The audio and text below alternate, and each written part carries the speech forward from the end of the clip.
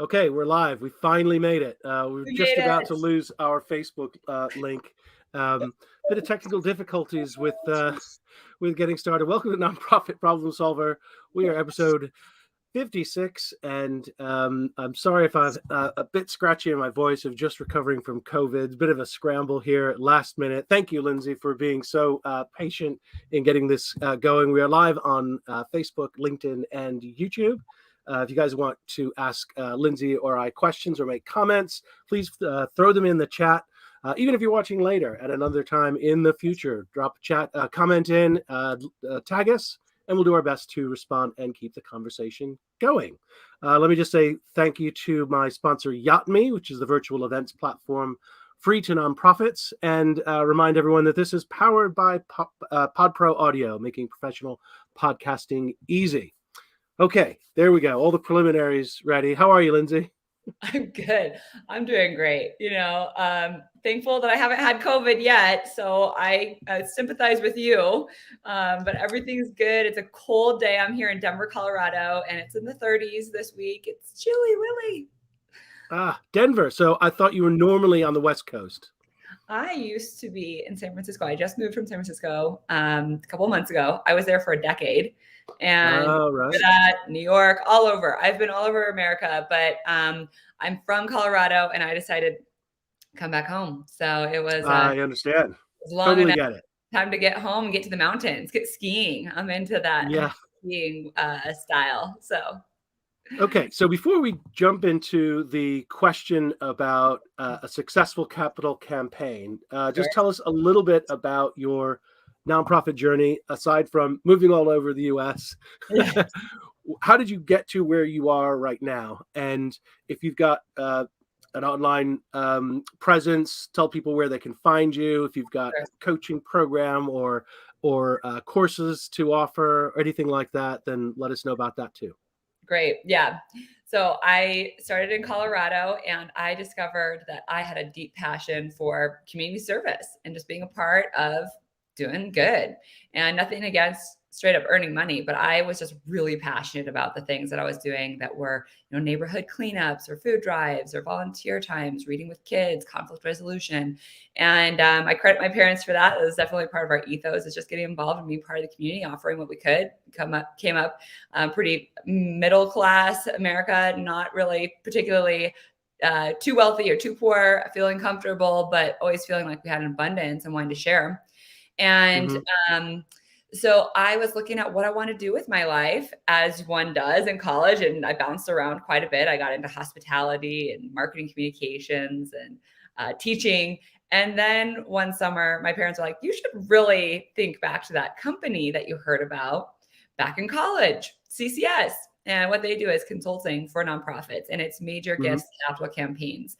And so I had an interview. They offered me a position, and the economy crashed. So it was 2008, and a position was taken away as we were trying to figure out what was going on in the world. Clients were pausing. Clients were obviously stressed with this crisis that we all faced in the Great Recession.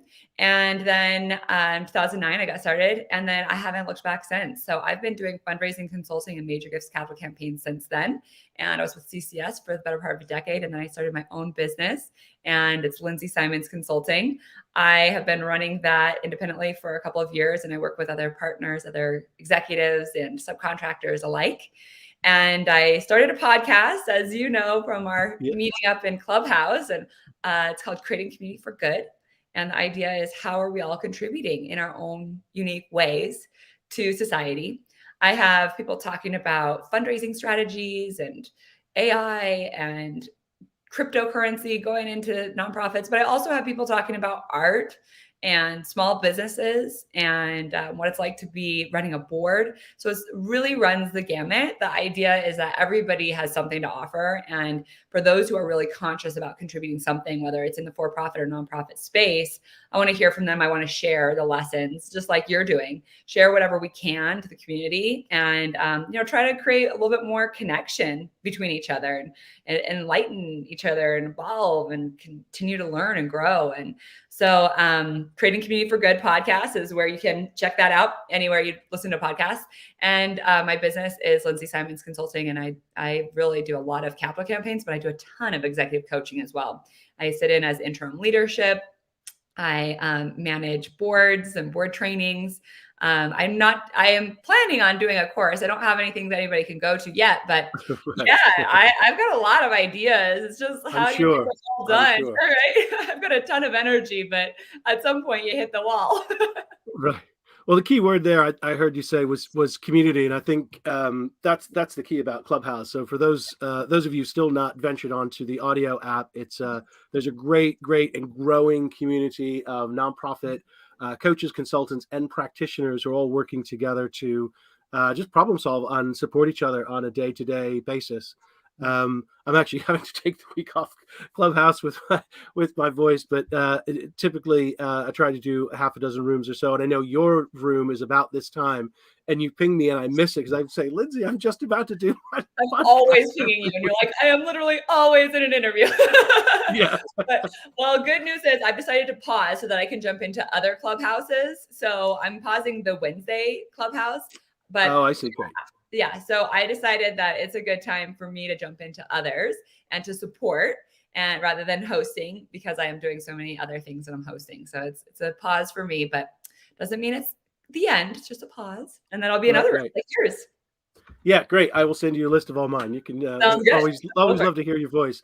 And I think the time zones might work better now that you're in Mountain Time, isn't it, in Denver? Yep, totally. Great stuff. Okay, so let's dive into this issue. Let's sort of contextualize capital campaigns, particularly. Now, you mentioned you're going into your first job, and boom, this crisis in 2008, and yet here we are again. The last couple of years, dominated by yet more crises.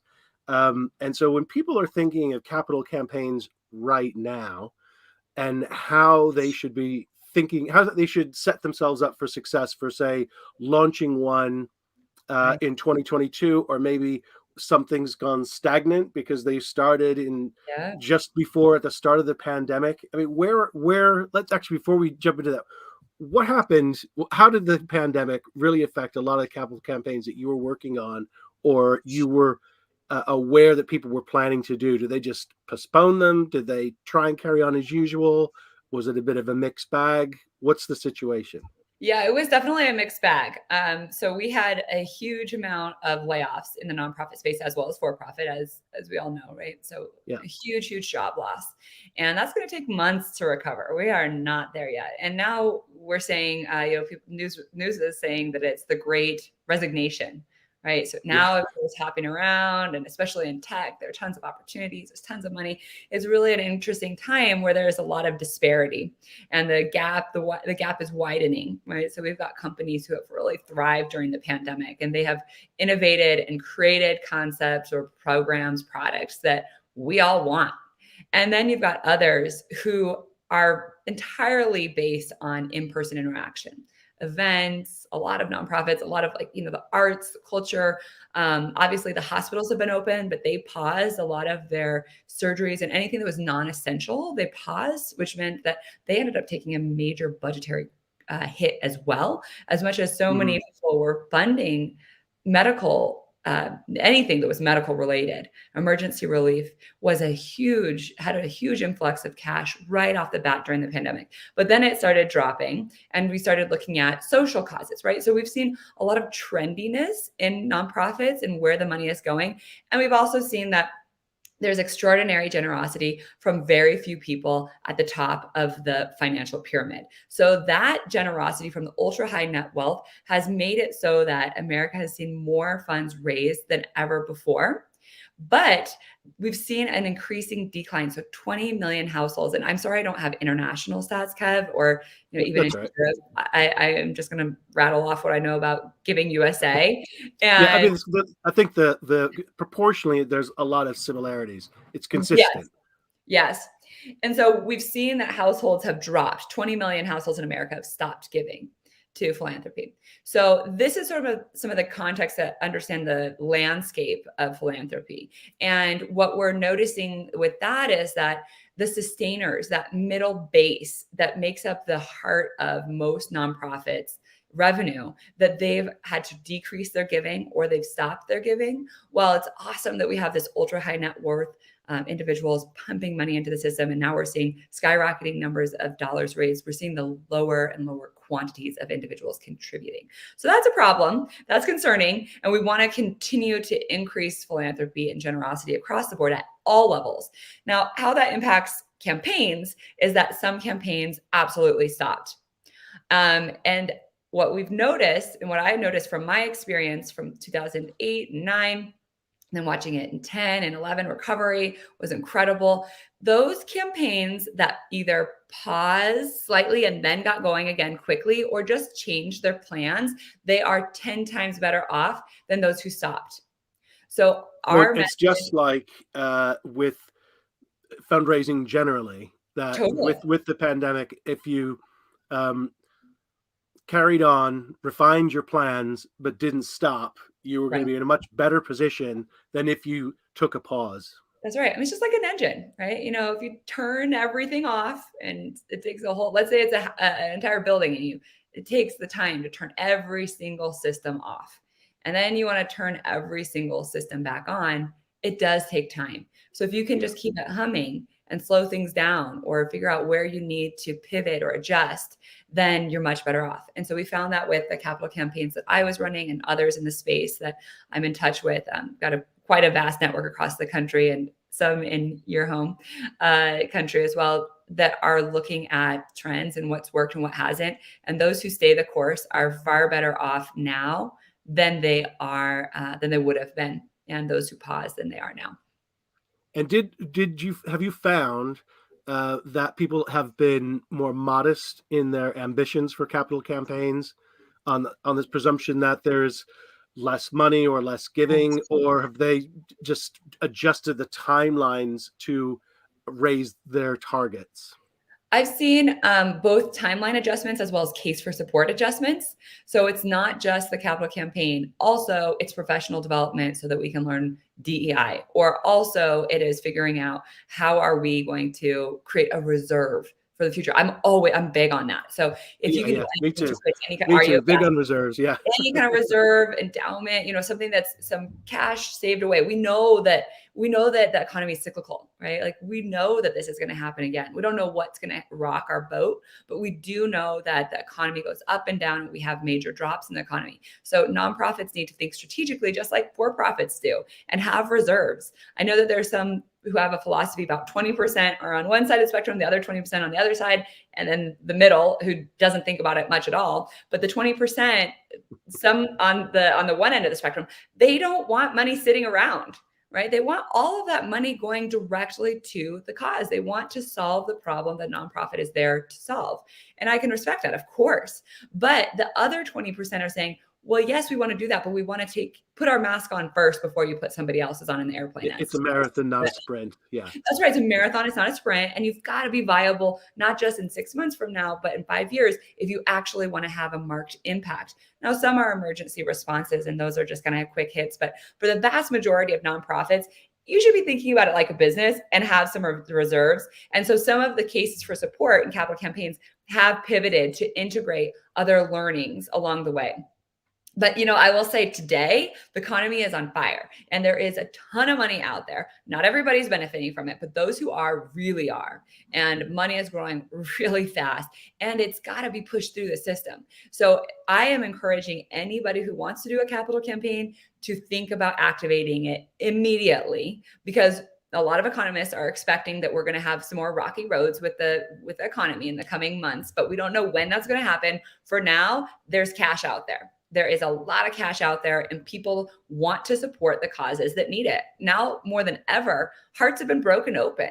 We have an incredible amount of empathy that the world has maybe not seen in decades. And while the pandemic and the social crises and the financial crises have been devastating for many, and I don't want to minimize that, but the silver lining is that people are a lot more empathetic and they want to see how they can support those around them that are struggling. Now, I like to think of the good side of things. So maybe not everybody feels that way, but Right. there are enough out there. And those who have the propensity to give, they're ready to give. Those who don't Right. worry So about there are, it. Slow and steady, but focus on yeah, those. and there are people. Sorry, Kev, go. I'm Right. So feeling it's not a situation where chatty. I know we might have some signal issues there, so if I'm speaking over you, apologize. But it's clearly a situation. From what you're saying is that no one should be shy about starting a capital campaign if that was in their plan, right? That's That right. all the conditions for success in the economy and in the industry are still there. That's right. Yes. And if I could make a So recommendation on no that, advice. No one's advising people to don't think of your capital campaign. Wait another year, wait 6. No one's saying that, right? you know, some are, but I'm definitely not. I'm doing a feasibility study, which Right. is the The pre. smart money is ongoing now, right? That's right. Jump in and seize the day while we have it. And, it's the end of the year. This is when I think it's something like 48% of philanthropy is given during October, November, December. It's a great time to not only Yeah. think about a capital campaign, but also act on it and ask some of your most loyal and most the lowest hanging fruit, not to be crass, but folks who are close to your network, talk to them today about potentially giving you seed funding for a capital campaign. So before you've got all your ducks in a row, don't wait to have everything perfect. Talk to a few people and just say, I'd love to get some support around a capital campaign. What we're going to want to do is hire a consultant, get a feasibility study going, line up our plans, our case, all the documents. But before we do all of that, would you give us a confidence booster and some fuel to get that going? Could you be an initial donor, a preliminary campaign donor that will jump the gun for us and ensure that we're successful? It'll create a sense of positivity, a sense of momentum, a sense of support. People like to give where other people are giving. They want to see that there is a train that's moving, and only a few people really want to be that first igniter. So talk to those first igniters and then see who you can get to jump on board with you as you get going. Yeah. It's interesting about the time of year, because we're obviously in the middle, this early November. We're in the middle, in the height, if you will, of the end of year campaigning. Totally. Just a few weeks till Giving Tuesday and so on. And there's a challenge around cannibalizing your donors, which for end of year campaign and other things that you try during the year, and the timing of it.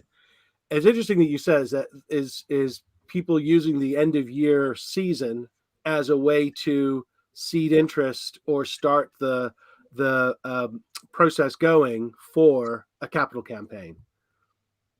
Yeah, I think that's right. I think what you want to consider in looking at your whole book of business in terms of revenue generation, right? You've got your events, you've got your mailers, you've got your Giving Tuesday, your end of year campaigns.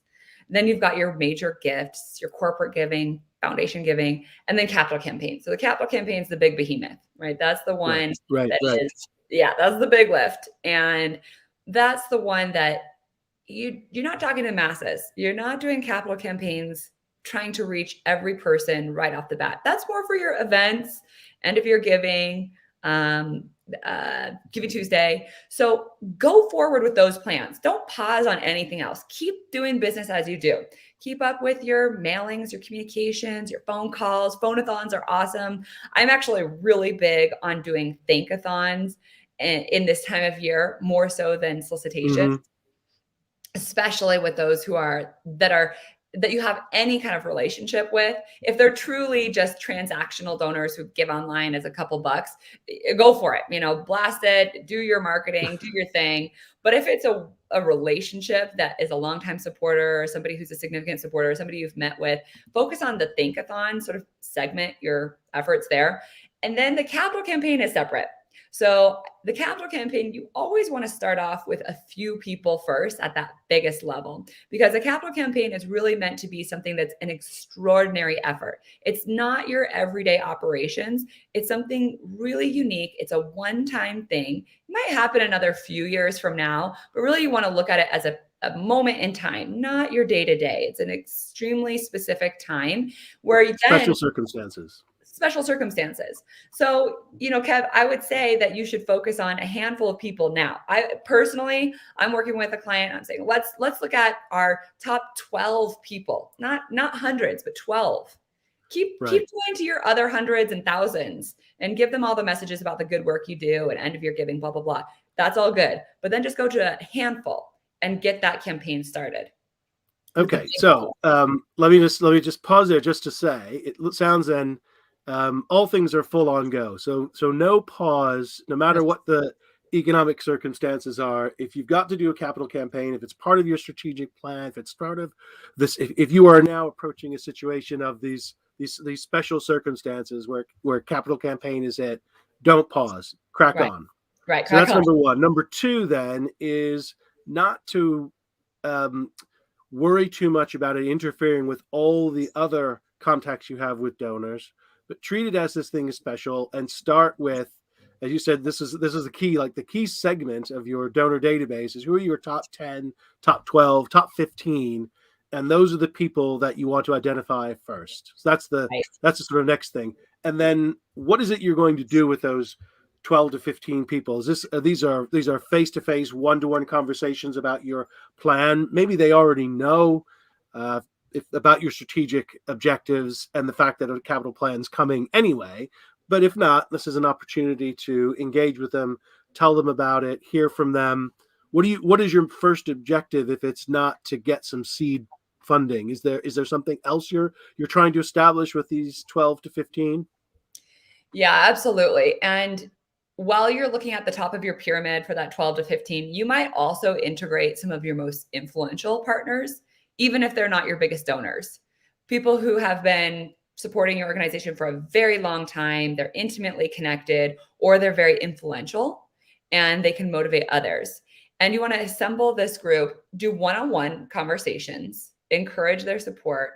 But then I would take the secondary objective, as you're asking, Kev, is not just for capital, but it's also for guidance. So I would assemble that group to say, would you be part of a preliminary campaign executive committee or a steering committee? Even better, a steering committee. And that steering committee is going to be about 3 months long, as an example, but that's a good time frame. And what I like for you to do is not only support us, but also help us be part of this strategic thinking.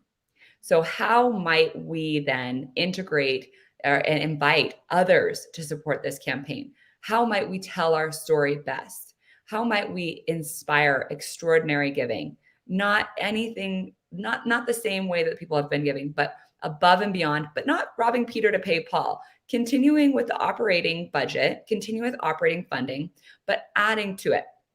So that's what I would say are your two biggest objectives. If you were to start literally today, I would say almost any organization that's got a well-oiled machine, it doesn't have to be perfect. I know all companies, nonprofit or for-profit, have all sorts of internal muck that we deal with because we're human beings. That's okay. Yeah.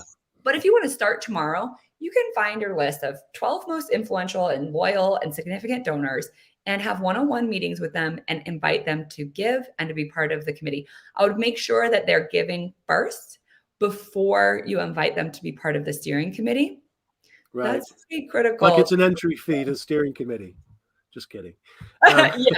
I mean, it's kind of like, I hate to be really crap. I don't even want to say it, but it's I don't want to say pay to play. It's really not. It's just I know I'm being facetious, but support, right? Yeah. But right. But what you're really trying to signify is the level of commitment.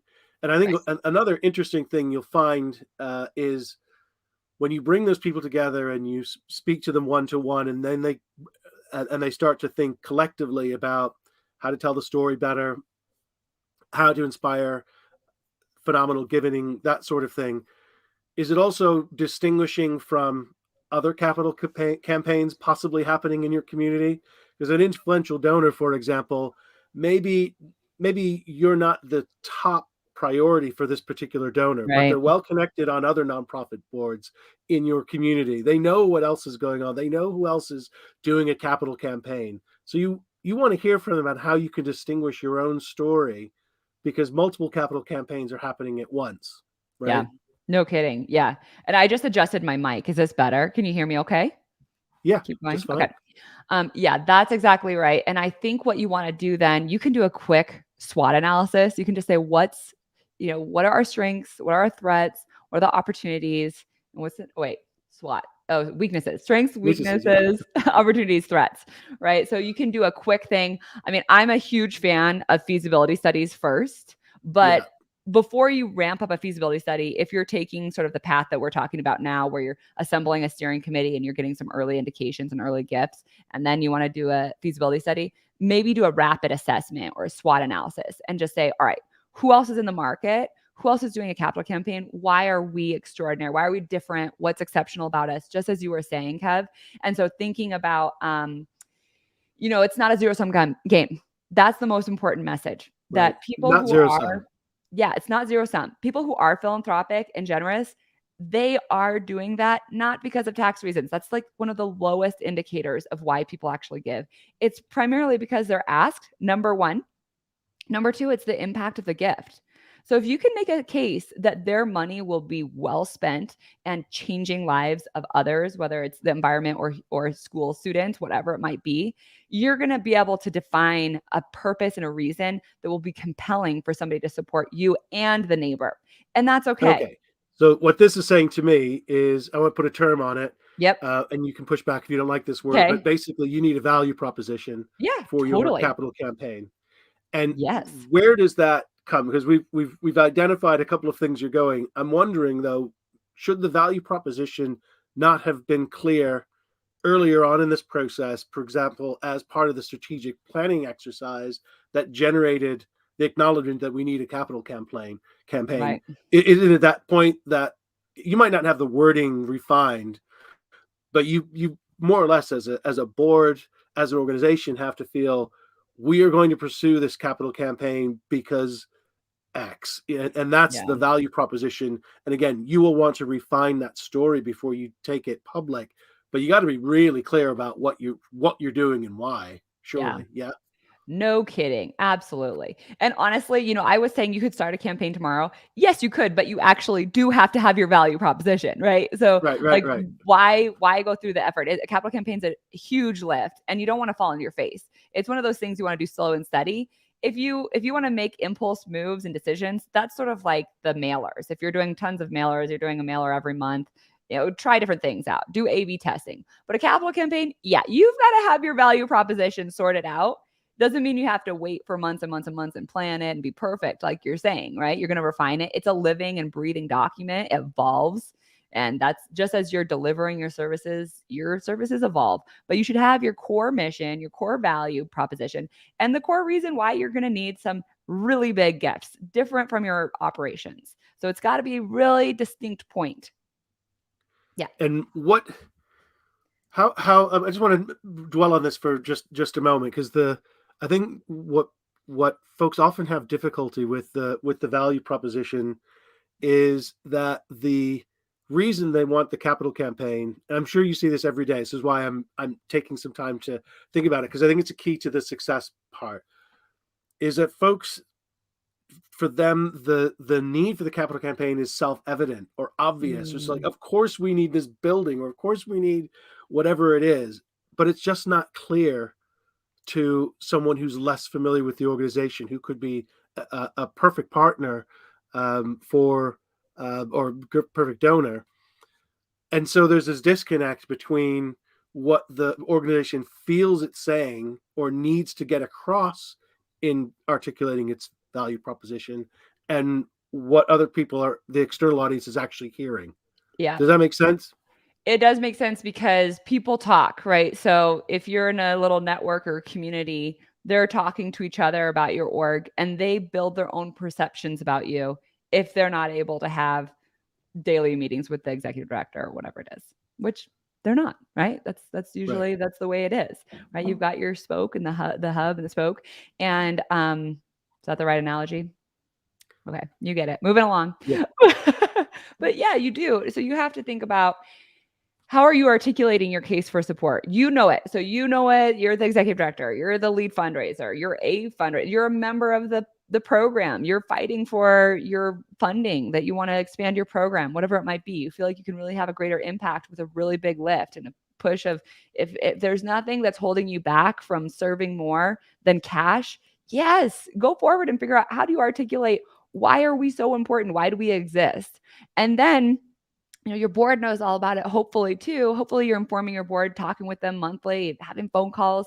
But then, yeah, it's the wider community. Every layer that we go wider and wider in our community, they have less and less information and more made up stories, for better or Right. worse, not necessarily negative. It's just they have perceptions, right? So then I think what you're getting at, Kev, is your case for support. So having a document that outlines exactly why we're doing this, who's doing it, who's in charge of this thing, what's the leadership look like, not only your staffing, but thinking about those core early donors, the executive committee, the steering committee, the champions who've been supporting it. You're building a case that says, not only do we have a rock solid mission, but we have an extraordinary opportunity that just requires cash. And then we will be in a new level of impact and service. And that we've got the right people teed up. We've got that third party endorsement, which is from funding of others. And we're ready to go. We've got a timeline. In your case for support, you should also say, here's the start, middle, end. This is when you can expect to see the services delivered, or the school open, or the hospital serving new patients, whatever it might be. Okay, so again, just to summarize here, because I'm trying to Yeah. collect the points, so Okay. it's You're clear for doing great. listeners Thanks that for these are the distilling keys to the my success here. rambling. So once we get we get our segment of donors, and we get a steering committee for 3 months or so, we want to have a clear value proposition, which is Yes. probably come from what's generated the campaign anyway, but it actually then becomes part of a clear case for support, which you develop with the help and aid of your steering committee. Yep. And then part of that also then has to be a clear timeline. So you have to have a realistic time scale of not just raising the money, but then converting that cash into the capital thing that you're raising money for. Yes, exactly. And that then, I mean, that becomes, in some senses, quite technical, doesn't it? Oh yeah. Yep, it does. And I think it's really critical that your campaign strategy team is also meeting with your program delivery team, and or a delivery team. Might be construction, might be general contractor, might be architect if you're doing a building.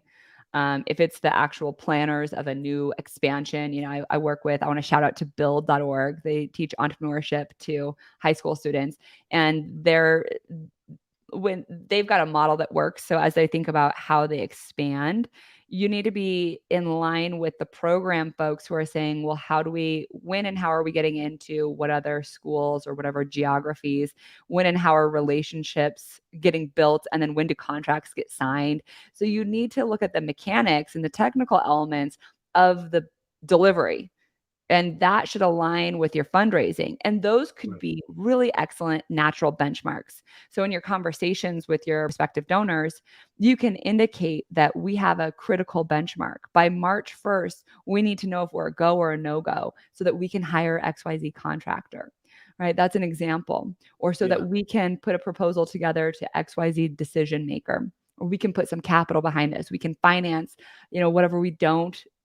Let's say you've got a capital campaign, usually they're multi-year, right? 3, 5, we're now saving in 10-year campaigns. I prefer Mm-hmm. shorter campaigns. 3 to 5 is in my preference, sweet spot. But nevertheless, you're going to be starting to get funding in the door today, but you're not going to see it all for 3 to 10 years. So then you Right. might have to finance it. And that means that you're going to have another layer of decision makers and financing and debt payoff, right? So yeah, capital campaigns it's nothing to sneeze at. It's pretty technical, but they're wonderful. When you can actually do them and pull them off in a coordinated effort, you can change your entire organization. Oh, yeah. You can go from here to there.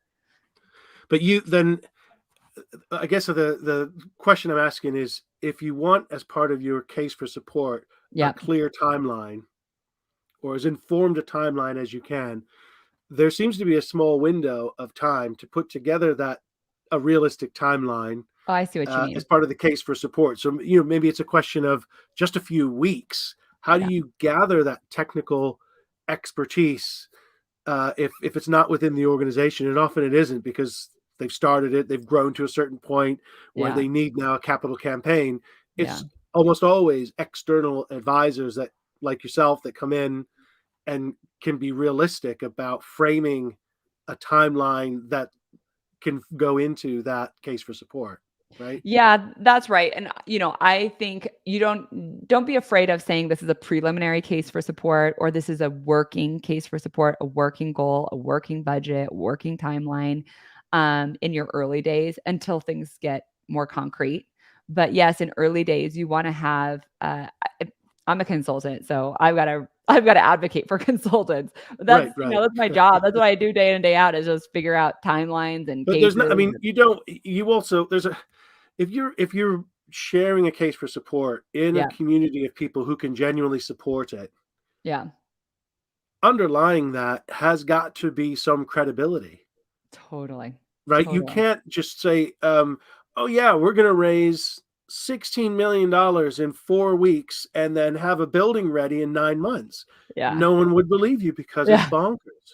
And I totally. use that example only because it's self-evidently bonkers, but Yeah, to the informed observer, they can criticize or scrutinize a plan and say, yeah, your numbers here don't work, your yeah, timelines don't work, this is not a credible plan.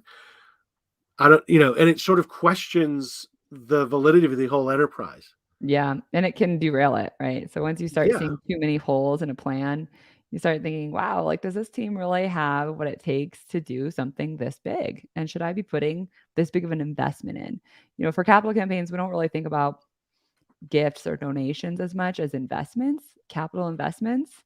yeah, And it's not a return, it's still a nonprofit, still a donation, you still get tax write-offs, but I think the mentality is a little bit different. It's a little bit more business minded.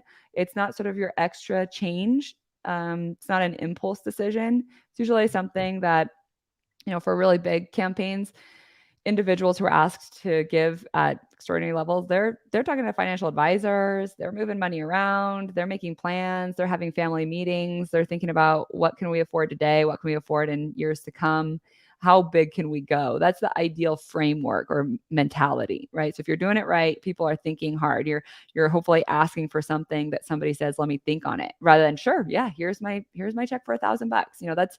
That's great. We need that too at some part of the campaign towards right, the second to end of the campaign. But the very beginning, you're probably aiming really high and people need to think about it carefully. So they've got to see a bulletproof plan and they've got to check out that the leadership adds up, right? So that the leadership has a sound plan in mind and is being realistic. And there's no harm in saying, "Hey, we don't have all the answers yet, but we have all the critical elements, the case, the leadership, the prospects, the plan," right? Those are the four pillars that I always talk about: the case for support, the prospective donors, the plan on how we're going to do it sequentially, and what did I say? Leadership. That's the last the one, leadership, right? So yeah. And that's yeah, something we didn't, I mean, in a sense, just like I said, the value proposition sort of comes before we get to the segmenting your donor base for your top yeah, 10 or whatever.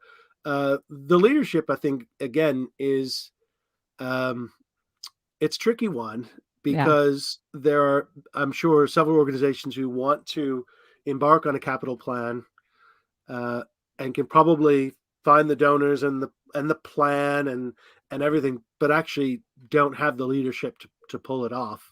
And that's that's right. between the board and the executive team. Right. I mean, whose call is that? How do you address that? Well, um, interesting question. Whose call is that? I think that goes a little bit into capitalism. Like, if you don't have it, people aren't going to show up, right? If you don't have a good product, people aren't going to buy.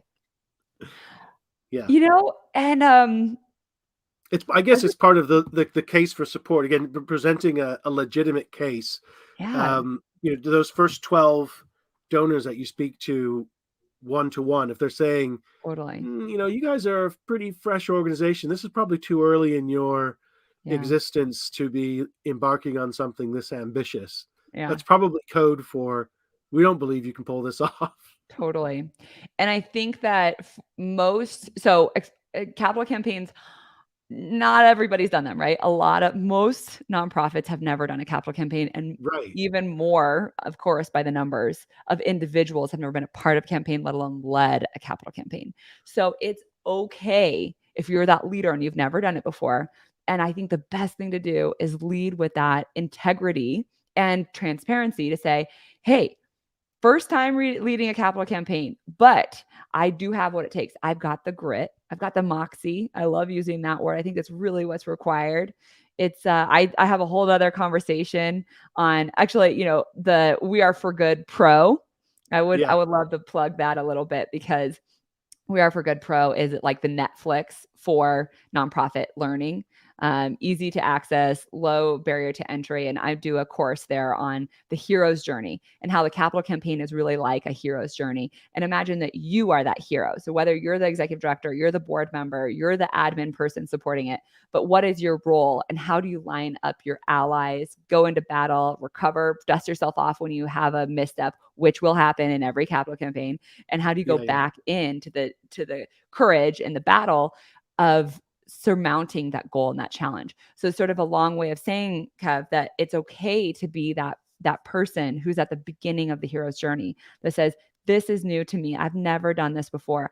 I need your help. I want your guidance. I want you on the inside. Also, I have what it takes because I've got that courage, that moxie, but also I've done X, Y, and Z in my life. So think about what transferable skills you do have in terms of accountability, reliability, integrity, experience with the nonprofit space. If you're a first time nonprofit executive director, maybe you're the founder and you want to establish a capital campaign, that's harder, but some people are prone to do that and to be Yeah. successful. I love one of my dear friends, Bart Skrupa, he was the founder of Groundwork Opportunities and now Mobile Pathways, and love to shout them out and support them. But he was a consultant and he had a life-changing experience and decided he wanted to go into, instead of the for-profit consulting, go into creating an organization. And what he said to people was, I've never done this before, but I've got what it takes and I'm willing to do the work. Join me.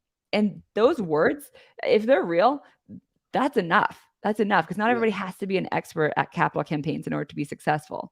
But that's when you would want to hire, you can hire people to help you, or you can Right. assemble an awesome board or an awesome committee. Yeah. Yeah. And part of, I think, the other element of the leadership, um, as we draw to a close here, has got to be the the steering of the organization Yep. as the capital campaign develops Yes. from point A prior to campaign launching to a point B, or probably C or D or E, Right. where the capital campaign is coming to fruition. The money's been raised, the building's been built or acquired, or whatever the capital campaign funds are for, and the organization has a new. Uh, bless you. Am I Continue. passing my germs through through 6 time zones or something? um, but so what I was saying is that the the leaders take in the organization to this new destination. It's a new identity in a Yes. sense Yes. because it's at a different scale. It's Yes. doing something bigger, Yes. ideally better, Yes. and that challenges leaders just to do that. Never Yes. mind handle any of the capital campaign. So I think there's a lot Yes. of leadership dynamics there Yeah. too. Oh, yeah, and I think, if you are going into a capital campaign and you don't have a professional coach or a awesome board chair or just somebody that is your champion, you should find one because it will test you. A capital campaign will test you. It is truly, I do really, I love this, presentation that I've got on We Are for Good Pro on the hero's journey. I mean, not to be, self patting myself on the back, but just the analogy to me makes so much sense that it is going to be a battle. You're going to have good days and bad days. You're going to have people doubting you, saying negative things, telling you that you did it wrong and telling you how to do things better, even though they don't run the organization. They've never done it before. Maybe it's a Right. finance person coming and telling the nonprofit executive director, you need to be doing things all differently. And it's like, well, hang on, like I do this every day and you've never done it before. So it's important to not have an ego, right? It's important to say, okay, I hear you. Let me learn from you and your different experience, your different vantage point. And let me tell you what I can and can't do. Then it's upon the leader to say, this is what I've taken from what you've shared, and I will execute on it. But those things I cannot do. And there are reasons for that, which you either explain or you don't. But you have to be able to make decisions. As a leader, you've got to be discerning and you've got to have fortitude. You've got to be able to let that, let the naysayers talk, hear them, empathize, acknowledge, and then let it go and move And forward then let it go. and Right. let it go. It Yeah. takes And resilience. every capital campaign is going to be different, right? In its Yeah, own, it's got some unique features totally. because it's Yeah. one organization, certain collection of people, certain objectives. And so you just have to accept that you can't predict how it's going to go, No. and just approach it with some humility and give yourself some grace and allowance to learn as you go. Yeah, and I think communication is key to that. So I would say that that's one of the most important things as you're thinking about how do you organize your workflow. It's how am I communicating? When am I communicating? So am I doing small meetings? Am I doing mailers? Am I doing newsletters? Am I putting banners up? In capital campaigns, we always recommend starting off really quietly and slowly until you build momentum and you've tested that this is really viable and that you've got significant funding to boost up that big lift. And then you start inviting more and more people in, sort of like an annual campaign would. So Right. going from your private or quiet or silent phase into the public phase, you're going to want different layers of communication. So I would not announce a capital campaign to your entire community today if you're just getting started. I would keep it quiet until you've got that momentum and you know that this is a soundproof and bulletproof project that people are supporting. But with that, communication is critical, that everybody in the company and the organization knows the party line, as I like to say, right? So it's, what are we actually saying? If people ask us, if people start gossiping about the campaign, that's not bad. That's okay. But you need to say, yeah, we are in the middle of something, but we're not ready to share it yet because we're still aligning it. We're still planning it, or we're still getting, we're Clarifying objectives. clarifying it. Thank you. I'm like, where are my words? Yes, that's right. That's right. But so the final thing then, this is Yeah. the final point, Yeah. is to have a clear communications plan or strategy, 100%. how you're going to communicate with people, let people know what's going on, keep them up to date, Yeah. and help them, give them opportunities to participate. Internally and externally. Internally is most important, I think, at first, because that's usually missed. Okay, that's fantastic. Lindsay, remind everyone how they can find you online. Sure. So LindsaySimonsConsulting.com. I'm pretty active on LinkedIn. I'd say that's the best place for somebody to reach me. Can, DM me there. I'm pretty responsive. Happy to talk with folks who are interested in capital campaigns or executive coaching. I'm looking at putting together a retreat in the new year that would be an executive retreat and or board member retreat that would draw people like you, Kevin, hopefully all across the globe. But the idea would be, let's go deep. So coaching, all that. That's how you can find me, or go to the We Are for Good Pro and find my presentation there, The Hero's Journey. I think that'll be released in the next couple of weeks for anybody who's doing a timestamp on this. It's early November 2021. So would love to share that. And check out my podcast because that's pretty robust. I think I just hit 50 episodes. Actually, I'm right on your tail. And that's Creating Community for Good podcast. It's a hobby. It's a passion project. It's something that I just love. So check it out. Yeah, that's that's who I am. I'm pretty accessible, but yeah, I love what I do, and I'm happy to serve the community and be part of the solution, contributions. Excellent. Yeah. Well, thank you so much for joining me today, and putting up with my wheezy voice. No, you were great. Thank you for interviewing me. Thank you for giving me this time to talk. I'm a talker, so I love that. Well, I'm sorry we've missed it. So we've missed spending enough time on Clubhouse because we've had a clashing commitment, but I'm sure we'll be able to resolve that. Thanks, Lindsay, for joining us. This has been Nonprofit Problem Solver, the live weekly podcast, and we will see you next week with Julie Safier Whitman. Take care, everyone. Thank you. Take care. Bye.